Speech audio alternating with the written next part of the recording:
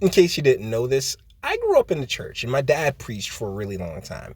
And that's a big part of the reason why Jesse Lee Peterson is it's a bit comforting to me to know that this type of individual is still out in the world, because guess what? I grew up around this type of individual. In my previous Jesse Lee Peterson videos, there's always this, oh, JLP is the biggest, coon and all this other stuff. I believe he just comes from a different mindset and different mentality that I'm very familiar with. Now, in this episode of his show, he brings on a gender studies professor. And if you are unfamiliar, I believe gender studies and grievance studies just in general are terrible, awful, and I give nothing but props to Hungary for getting rid of them altogether, because they've done absolutely nothing. These things do not help. They do nothing but, create victims and create and plant ideas and ideologies into people's minds that are ultimately destructive, such as feminism and BLM and reparations and all this other stuff. So he has a gender studies professor as a guest, and I found this so entertaining that I need to interject. So without further ado, let's get into this. I feel about sexual harassment. You write a lot about that. I wrote a whole book on that. Yeah. Sexual harassment. That was my first book. Yeah. I studied you. So you studied me. I read your books. You read up on me. I love it. Yeah. How do you find sexual harassment? How do you define that? So I don't. So here's the deal. If anybody looked the part of a gender studies professor, it would be this woman. I don't know if JLP paid her to come on his show and be like, hey, pretend to be a gender studies professor, because this is like pitch perfect casting. My goodness. So how do you, ma'am, define sexual harassment? I tend to define things in my work. I like to ask, how have other people defined things? How do other people understand it? And then why? So my first book was called What is Sexual Harassment? Right. The second book is What's Wrong with Fat? And then I have a colleague who told me you can't have any more questions in your titles. That's right. So that's it. Well, at least you made people think. What is... So first and foremost, this lady doesn't even answer the question. She's like, well, I like to ask he asked you what, like, it's such a direct question, and she goes off into all this word salad, even pitching her book. Congratulations on it and the whole nine. But, what sexual harassment is, should be defined as is like, the quid pro quo. Like, you want this job, you got to do a couple of jobs yourself. But no. The way that these gender studies professors who are who have tons of sway in HR departments, they've switched this definition around to, well, if I feel like this person is harassing me, and it doesn't matter what the what happens. There doesn't have to be any quid pro quo. There doesn't have to be any, real long-term, actual physical assault or the like. He can just compliment her a few too many times, and the next thing you know, bruh screwed over. But let's continue. What is it? Yes. And so this was actually the same. This study began as my doctoral dissertation. Right.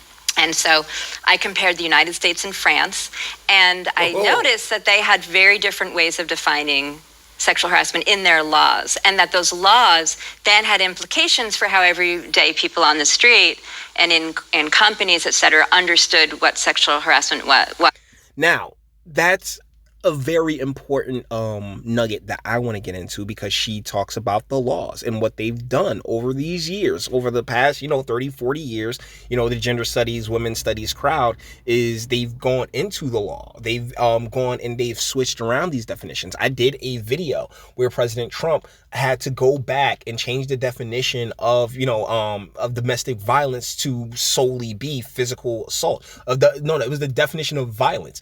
And one of the things that these, the grievance studies, women's studies, gender studies professors really like to do is to, muddy those waters, really, dirty them up, so it can create the type of environment that we've been in for the past couple of years, particularly as it pertains to the whole Me Too thing and the women's marches and the strikes, because it's just, when your paycheck depends on you being a victim, then guess what? You're never going to stand up for yourself now, are you? And so that was my contribution. It wasn't for me. There are legal definitions, and those legal definitions are different across different countries. There's corporate definitions and different corporations that are going to differ. So there's multiple ways that we can define this issue. Is there one primary definition for sexual harassment? Well, because that's the thing. You see how she's just, it's such a dancing around the topic, and everything that she's saying in her mind, because remember, men and women have completely different brains. Everything she's saying in her mind makes perfect sense. The problem is that he's been asking you, this is the second time he asked her, for just a standard definition, one that you yourself would add to it, and she's playing around. I know they have all the little definitions, but is there one primary definition? So the United States, only the United States, not other countries, has a definition that was originally developed in the EEOC guidelines, the Equal Opportunity, EEOC, Equal Employment Opportunity Commission guidelines. That's the same administration it was the administration that enforces Title VII of the Civil Rights Act of 1964, which makes it illegal to discriminate on the basis of race.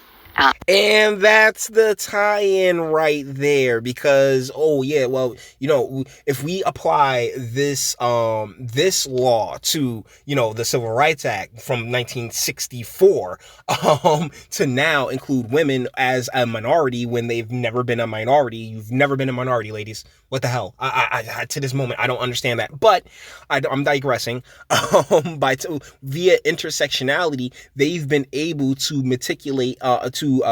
manipulate and matriculate these laws into including the majority. Like they found a way to give the majority women minority status. And other things, as well as sex. Right. And so the EEOC guidelines have defined two different kinds of sexual harassment. First of all, in the United States, unlike, for instance, in France, sexual harassment is a subset of sex discrimination. And it's a form. Okay, really quick, Jesse, because she's like, here in the United States, and that's the thing she keeps saying. Here in the United States, well, it's a subset. Like we've sat here and we've taken all these things seriously, and what have we gotten for it? May I inquire, for all of the the sexual harassment guidelines and things like that, and all of the advancements that have been made at the behest of the feminist movement, exactly what can we point to and say, yeah, we're better off for it? And I'm having a hard time. I'm having a really hard time determining what. I mean, well, actually, no, not really, because if you look at a lot of the complaints that many from this space have, as in, there's not enough black women and black people and women in positions of prominence. You turn around and look now, yeah, there's tons of chicks here, and we are nutty as squirrel shit for it. Discrimination, and it may happen because of, there's two kinds. There's quid pro quo, in which you say to an employee, do me a kind of favor, because I'm black and I'm slow and I'm trying to figure it all out as you speak.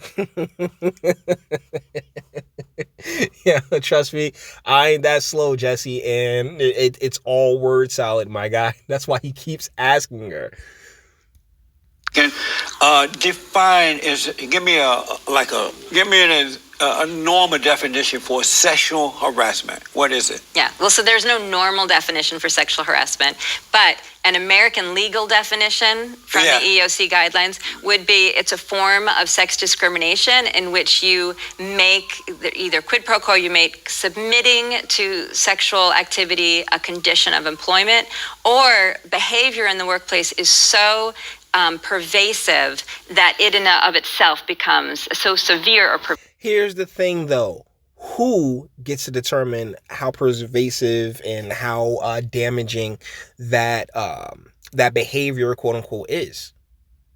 And it's like 10 times out of 10, the person who made the let's be frank here. The woman who decided she wanted to take a complaint up to HR is the one that they'll sit there. Well, she felt it, so there's nothing you can do about it, bro. We gonna have to let you go, man. Sorry, bro.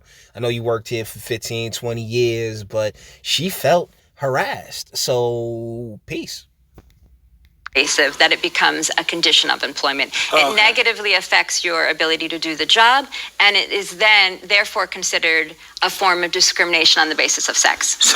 And here's where things get weird because, ladies, I hate to keep pointing you out on this one, but you guys are very quick to be like, oh, well, I feel harassed, so I can't come into work. It will negatively affect me. Even though what he said was like, hey, I like that dress. Like, but he looked like, no, so you wasn't feeling it. And he's like, oh, I feel harassed and I can't work and it's negatively affecting my job. Oh, and men, when it comes to the men of our right minds, masculine men, we really wouldn't, we got the job to do, let's do the job, as opposed to, oh, I can't work. He told me my dress was nice, but he's 4'11". Oh. Break that down is a lot of these companies have hired women to run them, right? And a lot of these women are harassing men. They discriminate against the men. They put the woman up first. I've banged 3 of my female bosses. Yeah, it happens. The woman over the man, and they do that. So is that sexual harassment? So the overwhelming majority of people who harass others at work are men. No, that's not true. It's absolutely true. Now here I got we're proof in that's my... not true. Yes, what's your proof? But let me hear yours first. Go ahead. You're my guest. Well, so the studies that I have read, many studies, will show that the overwhelming majority of harassers are men. The overwhelming number of victims are women. Most of the men who are harassed by other men, although it does also sometimes happen that a woman will harass a man. And so basically, you hear that, right? So sometimes, like 3%, 4% of the time is some female harassing a dude when, like that other 96% of the time, man, it's all dudes. It's all men. Like, yo, this goes back to something that I've talked about on the channel multiple times called minimizing, where it's just like, you try to make your side or yourself see like your contribution not be as grandiose as it more than likely is. Under the law, that is completely possible. The law is gender neutral. It does not say that only women. Okay, so a law may be gender neutral, but the application of that law is anything but. And you can look at any of these numbers when it comes to just like the leniency that females tend to get. It's very evident. It's out there, and it's something that I myself acknowledge. Yeah, I'm far more lenient with chicks. It is what it is, particularly if she's hot. I'm like, yo, shit, man. But I acknowledge that, and it's important to acknowledge that, because then you're like, okay, well, if you're able to cut it away, you're able to remove it and then look at it from a different from a more, unbiased angle. But the most important way to solve a problem is admitting that there is a problem there, and she has no interest in that. Can be victims and only men can be perpetrators.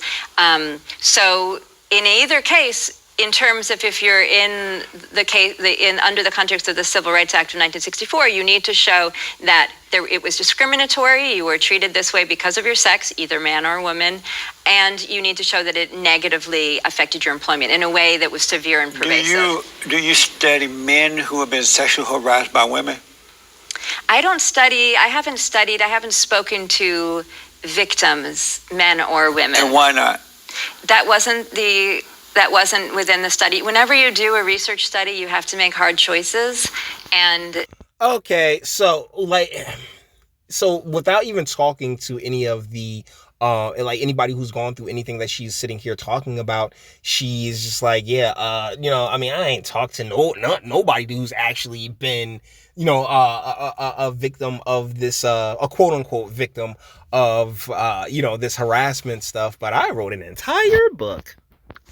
As I say to my graduate students, the best dissertation is a done dissertation. You got to get it done. Yeah. And so I was already doing a lot. I looked at all of the legal history and court case law in the U.S. I looked at legal history in France. I did interviews, but I did interviews with experts. I guarantee you, if someone took the time and did a study on sexual harassment from women to men, most of these women would be in jail today.